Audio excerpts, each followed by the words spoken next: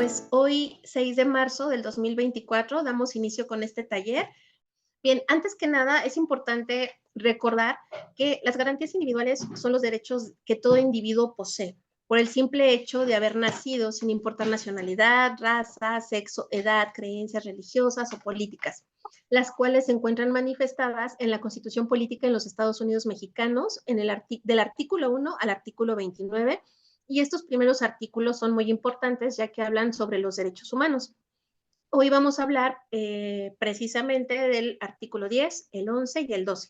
Y para iniciar, bueno, vamos con el artículo 10, que nos habla de que los habitantes de los Estados Unidos mexicanos tienen derecho a poseer armas en su domicilio eh, para su seguridad y legítima defensa, con excepción de las prohibidas por la ley federal y de las reservadas para el uso exclusivo de la Fuerza Armada Permanente y los cuerpos de reserva. La ley federal determinará los casos, condiciones, requisitos y lugares en que se podrá autorizar a los habitantes la aportación de armas. Bueno, como podemos ver aquí, este es un derecho a la legítima defensa. Aquí vemos que tenemos el derecho a poseer armas para seguridad, reitero, y legítima defensa, pero antes que nada me gustaría decirles qué es legítima defensa para el derecho. En el Código Penal para el Distrito Federal, en el artículo 29, en su apartado B, numeral 1, párrafo segundo, se señala que, bueno, se presume que existe legítima defensa, salvo prueba en contrario, cuando se cause un daño a quien por cualquier medio trate de penetrar o penetre sin derecho al lugar en que habite de forma temporal o permanente el que se defiende, ya sea el que se defiende, su familia o cualquier otra persona respecto de las que el que se defiende tenga obligación de defender, o a sus dependencias o al sitio donde se encuentren bienes ajenos o propios respecto de los que exista la misma obligación. Bueno, de igual manera, la presunción de legítima defensa existirá cuando el daño se cause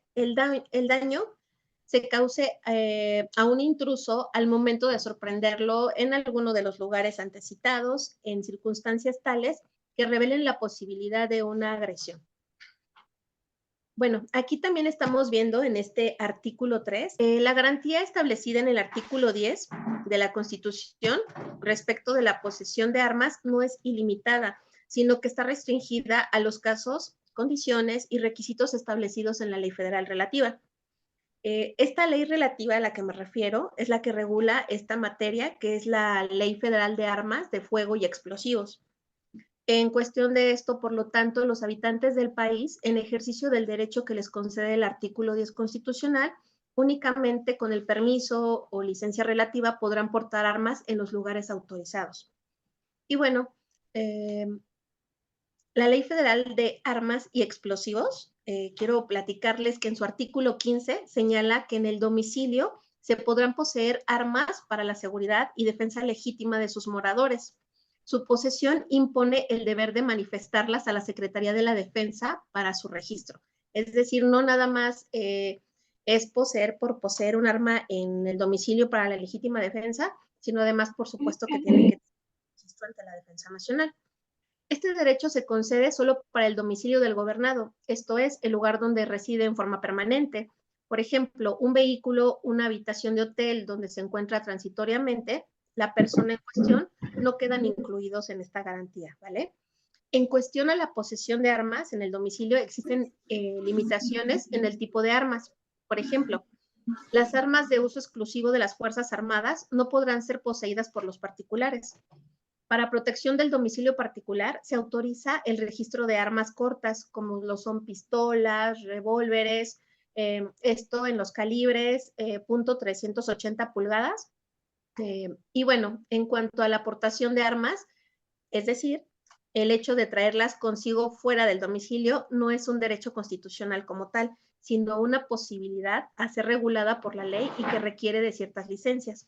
Es decir, no es lo mismo poseer un arma para la legítima defensa que portar un arma. Es decir, la aportación abarca llevarla contigo aunque salgas del domicilio. La posesión para la legítima defensa únicamente aplica dentro de tu domicilio o en las causales que ya señalamos, que ya señalé con anterioridad. Algunas pequeñas acotaciones.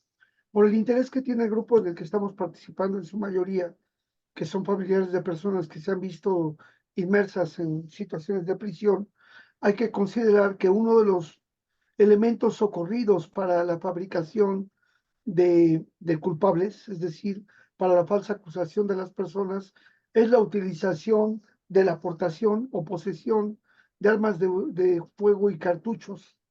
Eso es muy socorrido. Y entonces aquí es muy importante que tengamos en cuenta que todas las armas deben de tener un registro y deben de tener un número de serie y que los abogados deberán estar muy atentos porque muchas de las armas con las que se fabrican los delitos han sido asegurados en otros hechos ilícitos o incluso se llegan a utilizar armas de cargo de los propios elementos de las policías con la finalidad simplemente de detener para investigar y no investigar para detener. Es decir, toman a una persona, la acusan ya sea de portación de droga o de armas y con eso le exoneran del delito, pero ya están generando un prejuicio dentro de la investigación. Ahora, hay que dejar por ahí acotado para luego hacer un debate en cuanto sea posible sobre si es un delito la posesión y portación de armas, ya que pareciera indicar que todo es más relacionado con una infracción y no propiamente un hecho ilícito. Es decir, el que haya un arma quiere decir que hay una potencialidad de que pueda ser usada y pueda asesinarse a una persona, puede coartarse moralmente para producir un menoscabo a su patrimonio.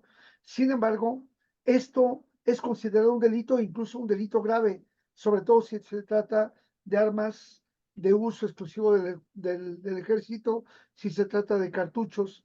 Entonces, ahí, eh, fíjense bien, si nosotros contemplamos lo que es una infracción, por ejemplo, que nos pasamos un alto, conducir en estado de ebriedad, alterar el orden público, no estamos poniendo en riesgo a una persona en lo específico, ni tampoco estamos haciendo una conducta determinada en contra de alguien, sino que potencialmente puede verse afectada alguna persona porque tengamos esa posesión del arma o tengamos el transporte de la misma o tengamos alguna otra función respecto a la aportación de la misma.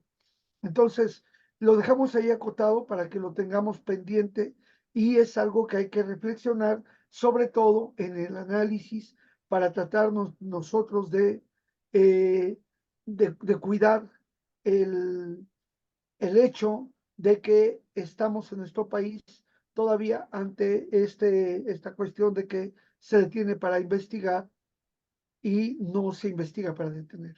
Gracias, Gabriela. Justo eso es un derecho que también podría volverse un delito, ¿no? En referencia a que estamos en el marco de lo que es el Día Internacional de la Mujer, se han visto varios casos al respecto de ello, ¿no? Donde, por ejemplo, una persona, en este caso un hombre, ¿no? Pudiera hacerse de un arma con la intención de tener una posesión para su legítima defensa, pero ha detonado justamente en muertes, ¿no? Sobre todo, en este caso, a mujeres, lo cual pues pone ahí más que en protección, pone en y defensión a la mujer o también a las infancias, ¿no? O a personas que pudieran ser vulnerables ante este tipo de ataques de armas de fuego. Como les dije, hay una serie de requisitos, aparte de los requisitos, digamos que de documentos que les pongo aquí, hay otra serie de requisitos y pruebas que se realizan. Sin embargo, esto no exenta el hecho de que pudiera cometerse un delito a partir del respeto a este derecho. Entonces, como bien menciona Adrián, es algo muy importante a debatir. El artículo 11 nos señala que toda persona tiene derecho para entrar en la República, salir de ella, viajar por su territorio y mudar de residencia, sin necesidad de carta de seguridad, pasaporte, salvoconducto u otros requisitos semejantes. El ejercicio de este derecho estará subordinado a las facultades de la autoridad judicial en los casos de responsabilidad criminal o civil y a las de la autoridad administrativa, por lo que toca a las limitaciones que impongan las leyes sobre emigración, inmigración y salubridad, general de la República, o sobre extranjeros perniciosos residentes en el país.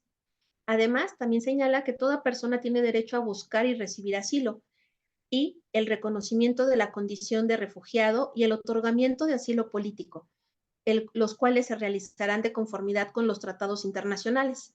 La ley regulará sus procedencias y excepciones. Y bueno, en este artículo quiero compartirles que vemos reconocidos dos derechos. Empecemos por la garantía de libre tránsito prevista en este artículo 11 de la Constitución Política de los Estados Unidos Mexicanos, que hace referencia a que no se necesitará ningún documento o requisito para estos efectos, lo cual significa que no estamos obligados a aportar un documento de identificación, ni nos pueden ser requerido por la autoridad al desplazarnos por cualquier parte del país, tal documentación, ¿no? Ni el gobierno tiene el derecho de poder de detenernos para pedirnos información acerca de a dónde vamos o de dónde venimos.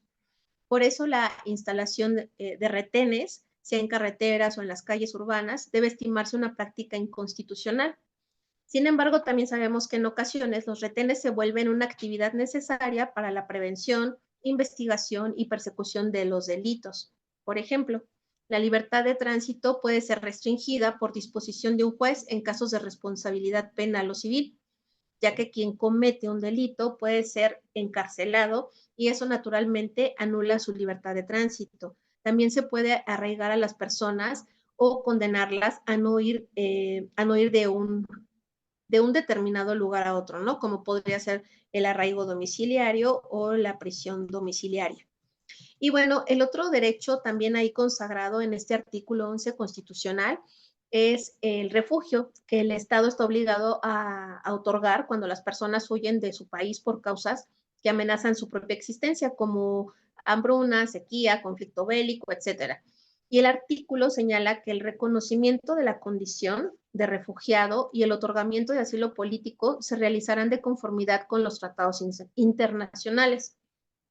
Dado esto que señala este artículo, que será con conformidad a los tratados internacionales, les quiero compartir que la Convención sobre el Estatuto de los Refugiados en la Declaración de Cartagena y en la Convención Americana sobre los Derechos Humanos señala y abarca dos facetas. La primera es que el derecho de solicitar o pedir asilo o condición de refugiado sin discriminación alguna es la primera.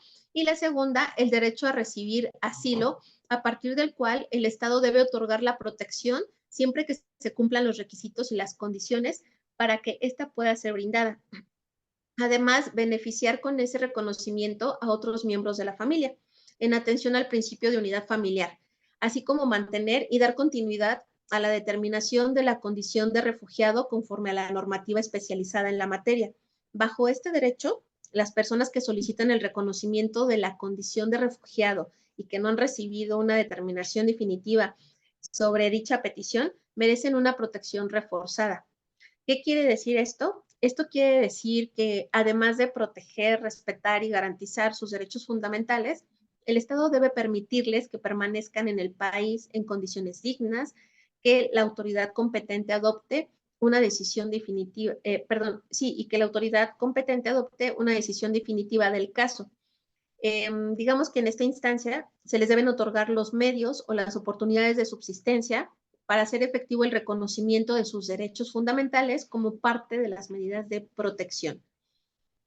Y bueno, al respecto también de este artículo, podríamos generalizar que se consagra el derecho de asilo en favor de las personas provenientes de otras naciones, ya sean perseguidas por motivos políticos, es decir, por disputar el poder a quien lo ejerce, y que por este motivo se desata una acción persecutoria ejercida incluso con una supuesta real, eh, con una supuesta base real que pudiera ser legal, ¿no?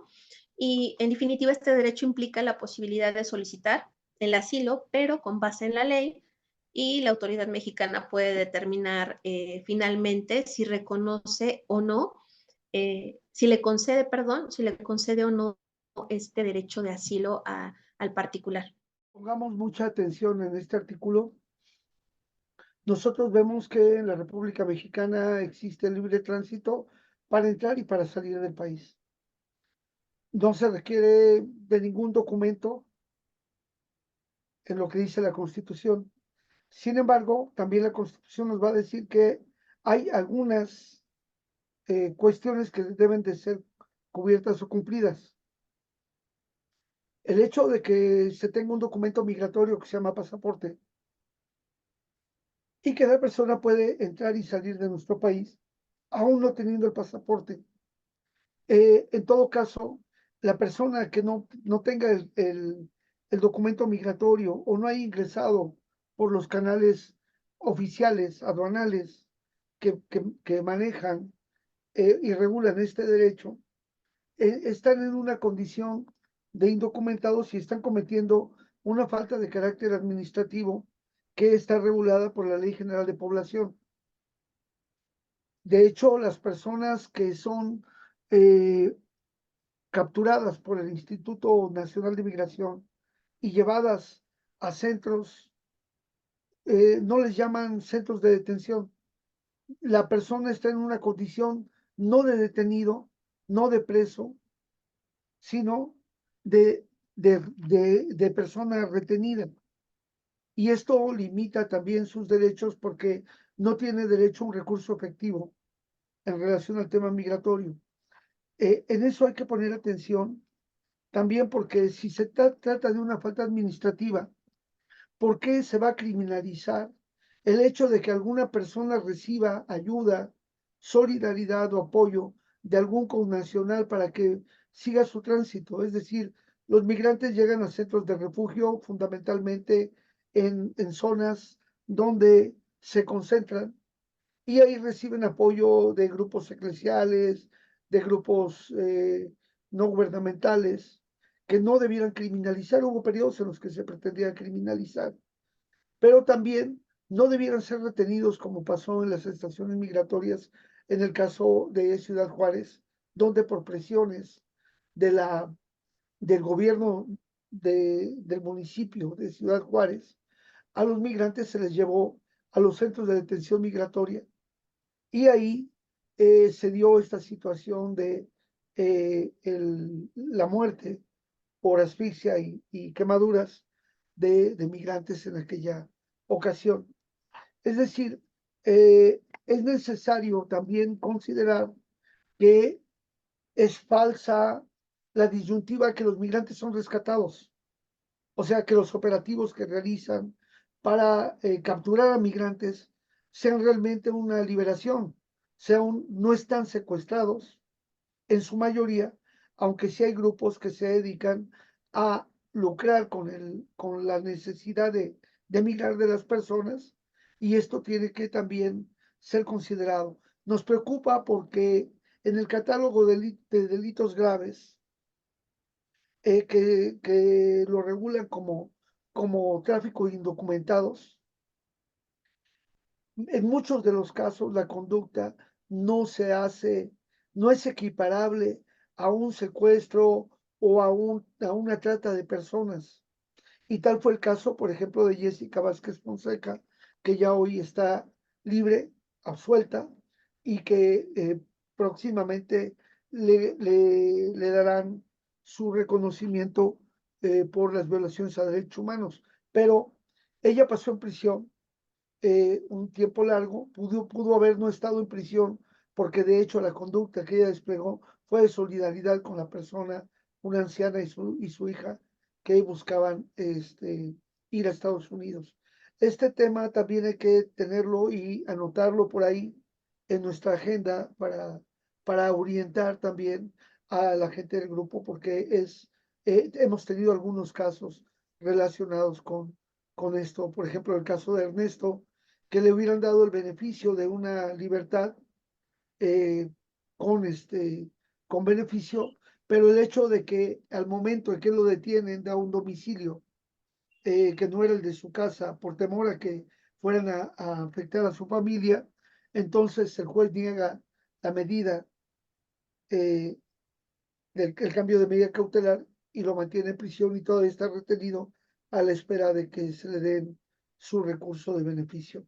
Nada más como un comentario, gracias. Sí, justo aquí vienen pues muchos temas importantes, ¿no? Además de lo ya señalado, actualmente en México contamos con mucha migración por parte de varios países, ¿no? Creo que ha habido mucha polémica al respecto, por ahí también hay leyendas urbanas, ¿no? Ahora que han habido muchos migrantes de Haití, si no mal recuerdo, y hablan de los recursos, ¿no? También que nos corresponden a nosotros como ciudadanos mexicanos y que, bueno, esta gentrificación también que se da cada día, pues también nos afecta en nuestros derechos, ¿no? Ahí también hay un debate importante que igual sería muy bueno retomar para una sola sesión, ¿no? Yo creo que esto nos da para una sola sesión de una hora y bueno, se queda ahí como la idea para reflexionar.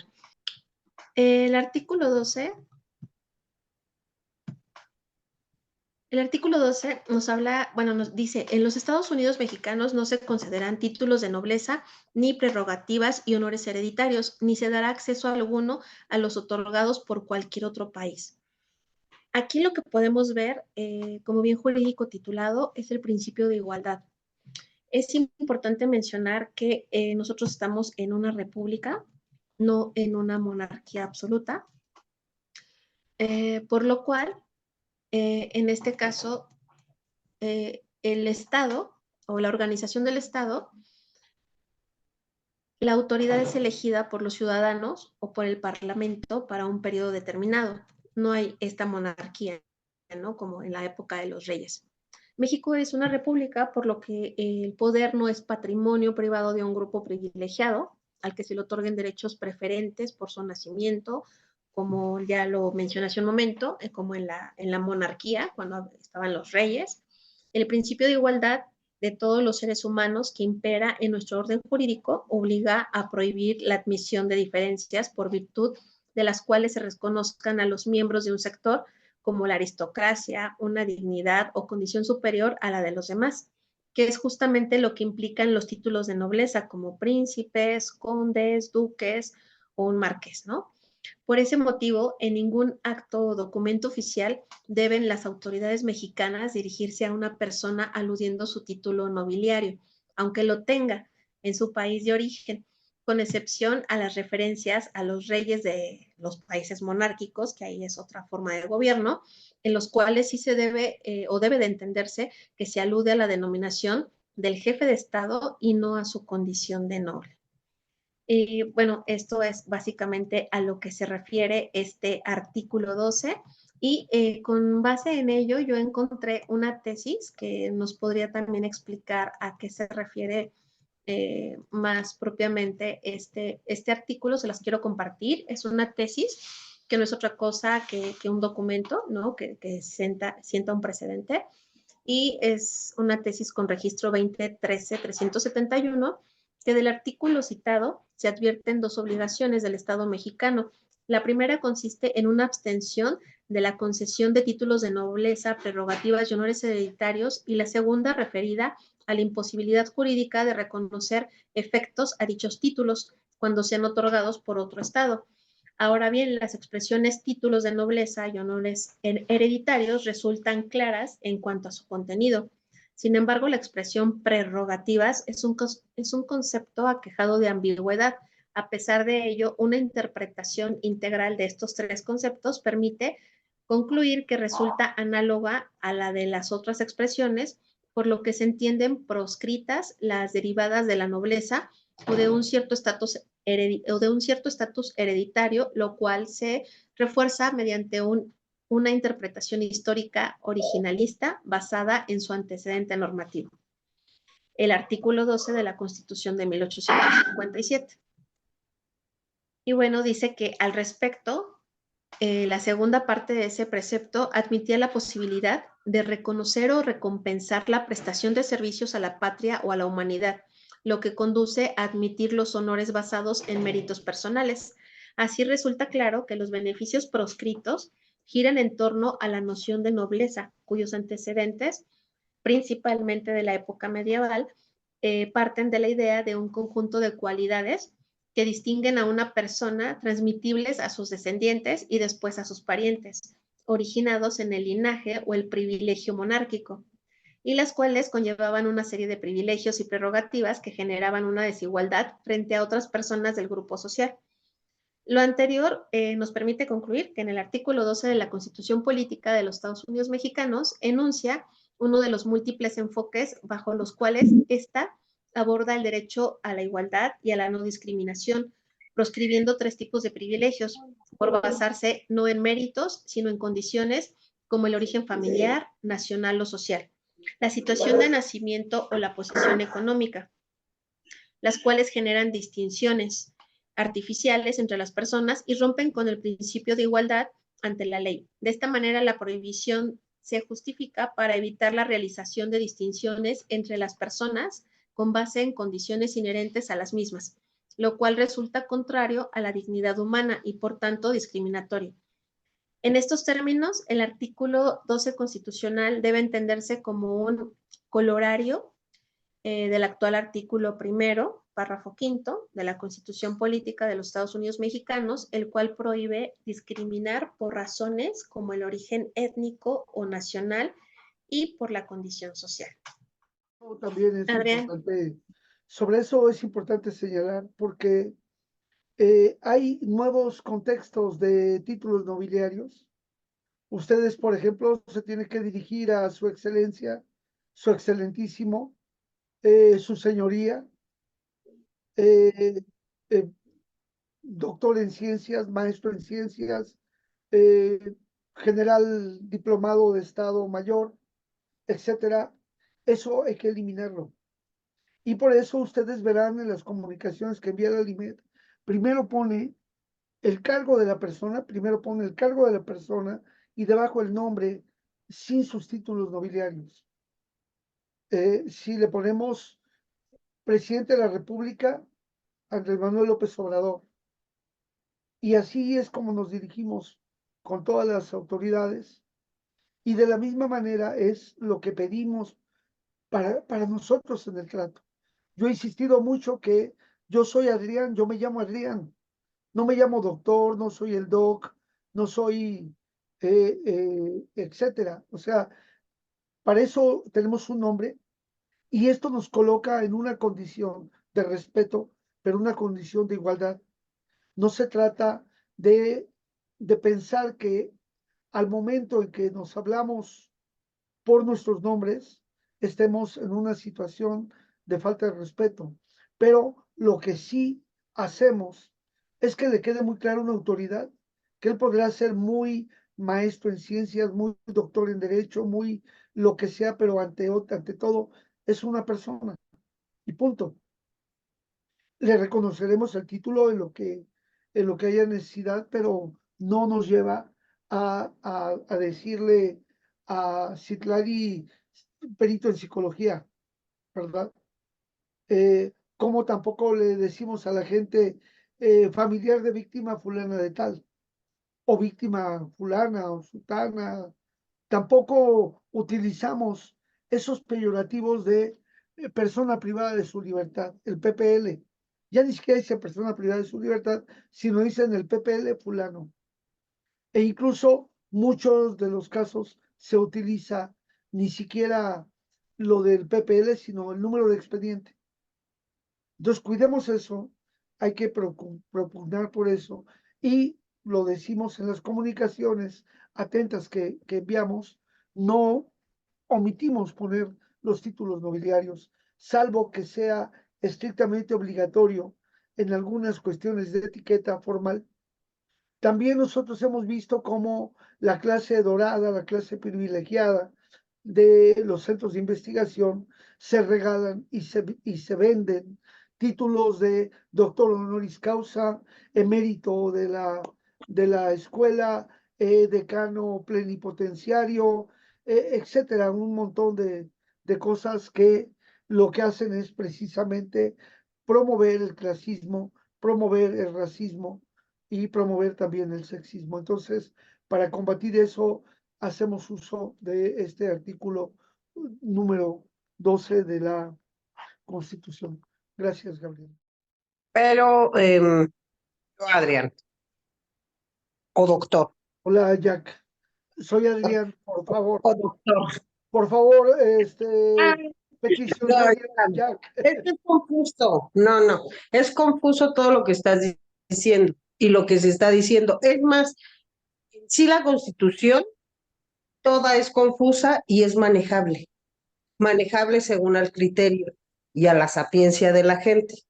Dos, lo que tú estás diciendo es confuso, porque imagínate, dices que no se le llame por título, ¿no? A la gente.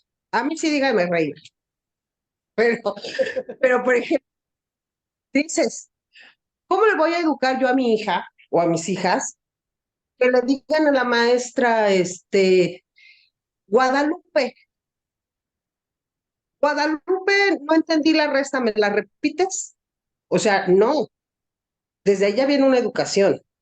¿Cómo voy a llegar yo con un neurólogo o con un doctor general a decirle, oye, Víctor, fíjate que tengo como que alergia en esto, aquello?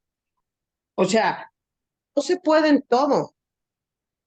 A lo mejor es una parte de respeto y de educación también el decirle el título, porque también la gente se quema las pestañas y no se le puede tratar de la misma manera. Bueno, esa es mi opinión, porque a lo mejor yo sí estoy muy a favor de que a lo mejor sí se le digan los títulos. El que no se le diga a alguien, por ejemplo, Adrián, tú reiteras varias veces que no se te diga doctor. ¿Por qué? Por humildad, yo creo. Pero, qué es lo que tiene que pasar? O sea, eres doctor, eres doctor. Y la gente afuera en la calle te va a decir doctor y no te está ofendiendo, porque por eso estudiaste, por eso costó, porque todo cuesta. Y eso es parte de lo que es un respeto. Puedo hablarte de tú, pero ya en base a una amistad o una confianza que podemos forjar o tener. Desde mi punto de vista, a lo mejor yo estoy errónea, pero también es formativo, educativo y también es por educación, por respeto. No sé, a lo mejor yo estoy. Y lo demás, pues en sí todos los artículos de la Constitución son adheribles a criterios y son adheribles a la gente que lo sepa y los pueda manejar en tiempo y forma. Pero bueno, esa es mi participación, Adriancito, en este momento. Adriancito, gracias, Ed. Por favor, nada más, Gracias. Adelante, Adrián. sin buscar que se genere un debate, quiero comentar y compartir que en otro tipo de sociedades se habla de compañeros. Incluso se puede decir el compañero médico, el compañero fulano, el compañero tal, si no sabemos el nombre o no hay mucha familiaridad, pero se busca esa generación de respeto a las capacidades y a las posibilidades de cada quien, pero desde este otro ámbito. Pero hay situaciones que no vamos a cambiar, pero ahí se traduce el clasismo y el sexismo y el racismo. Mira, yo por estudiar no me quemé nunca las pestañas, yo me las quemé en el boiler, ¿eh? Cuando trataba de prender el boiler y me hacía así, ahí sí me quemaba las pestañas. Pero el ver a un obrero, a un indígena, a un campesino trabajando de sol a sol y que yo venga a erigirme como el doctor, es la promoción absurda de ese clasismo y de este aspiracionismo que nos genera el modelo de la pequeña burguesía y de la alta burguesía que nos quiere utilizar como un elemento para confrontarnos con el resto del pueblo. Es decir, yo sí tengo derecho a tener un salario justo, bien remunerado y demás. Aquí hubo un periodo de tiempo en la Ciudad de México que gracias a la lucha de los trabajadores del movimiento proletario independiente y el sindicato del Sutaur 100, que eran los trabajadores de la Ruta 100, consiguieron mejores prestaciones que los médicos del Seguro Social, mejores prestaciones que los maestros. Y eso no se lo, no se lo permitían y les refunfuñaban mucho. Es decir, creo que hay que considerar que si hay un trabajo acumulado que se produce en el estar estudiando y como bien lo dices, en el quemarse las pestañas, es decir, acumular tiempo de estudio para hacer un trabajo que sea menos físico, más intelectual, pero la remuneración económica es diametralmente opuesta.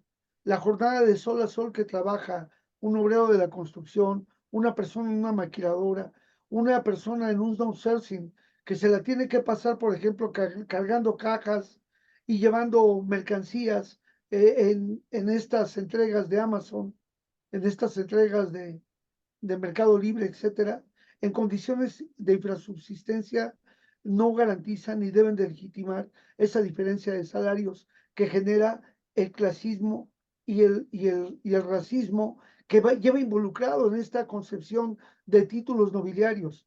Para eso hacen esta manera de tratar de decir, es que debes de respetar al señor abogado. ¿Qué es lo que vimos nosotros? El primer elemento de desclasamiento cuando la gente llega al Congreso de la Unión, la gente viene de guarache, de calzón de manta, y de repente le dicen, señor diputado, sus boletos, señor diputado, su tal, señor diputado, su camioneta, y el diputado para aquí, el diputado para allá, y lo empiezan a desclasar. Es la manera en que el modelo, el sistema actúa en contra de nosotros. Estoy muy de acuerdo en lo que tú mencionas, Jack, porque esa es una señal de respeto, pero en un modelo de manejo social. Lo que tenemos que hacer es cambiar esta situación y sin faltarnos al respeto, ponernos una condición de igualdad donde cada quien tiene mayor o menor conocimiento, mayor o menor capacidad, y eso es lo que le respetamos a cada persona.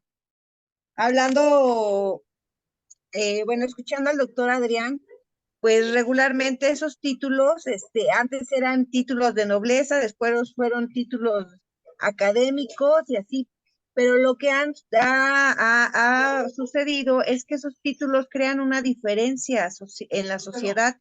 Entonces, sí es importante, o sea, no es como para hacer que se enojen ni nada, pero sí es importante reconocernos en una igualdad, porque todos en realidad somos iguales, cada uno tiene diferentes habilidades y que puede desarrollar, ¿no? Pero ante esa mirada social, pues sí, esos títulos pues hacen una separación en nuestra sociedad. Entonces, nosotros yo creo que como parte de defensores de derechos, sí es importante reconocernos entre nosotros como iguales, ¿no? Con diferentes habilidades y conocimientos. Esa es mi participación. Yo solo quiero decir que el doctor perito, señor Adrián Ramírez López, tiene razón. Me adhiero a lo establecido por el licenciado en Derecho. Bien, pues yo creo que esto que mencionó Adrián abre un debate importante y más que un debate, una reflexión, ¿no? Porque estamos mencionando justo este artículo que promueve o que defiende la igualdad entre humanos. Entonces, lo que menciona Adrián creo que es algo muy importante y retomando nuevamente este contexto en el que estamos del Día Internacional de la Mujer, ya cercanos a él, pues en el lenguaje también va mucho de discriminación, ¿no? Es como, por ejemplo, desde chiquitas, al menos yo creo que todas las personas que estamos aquí nos acostumbraron a decir que si habían hombres y mujeres, siempre dijéramos todos y eso nos incluía a nosotras, ¿no? Actualmente, hoy al darnos cuenta de que eso de alguna manera también nos está o invisibilizando o simplemente poniéndolo en otra categoría, no considerando, ahora incluso en cuestiones de leyes se habla de mujeres, hombres, niñas, niños, y ya no se da por hecho que al decir todas, al decir todos vamos incluidas las mujeres, o al decir niños van incluidas las niñas, ¿no? Entonces yo creo que el lenguaje también es algo que nos ayuda a generar nuevos espacios, a no discriminar a la otra, ¿no? O al otro. Entonces creo que es importante esta reflexión que hoy nos hace Adrián. Y esto, terminando puntualmente, sería todo por mi parte de mi exposición. Les agradezco la atención y el tiempo brindado. Pues felicitamos la exposición. Les invitamos para el próximo lunes. Mira, hasta te aplaudieron. Qué bien, felicidades. Qué gachos conmigo porque Esas son compradas, son compradas, son compradas. Gracias, amigas. qué mala onda y Luego vamos por ya ese café. todo el mundo apaga su cámara y se va a dormir y luego, Sí. no, está bien, bueno. Mira, hasta Pedro prendió su cámara. Traigo Ya me porra. voy, si quiere, no se preocupe. No. Traigo porra. Por favor, quienes puedan participar en la marcha del 8 de marzo. También, les digo también, muchas gracias por sus felicitaciones de cumpleaños. Gracias, aprecio mucho el cariño, la confianza, el respeto que me tienen. Y gracias, muchas gracias. Buenas noches. Chao.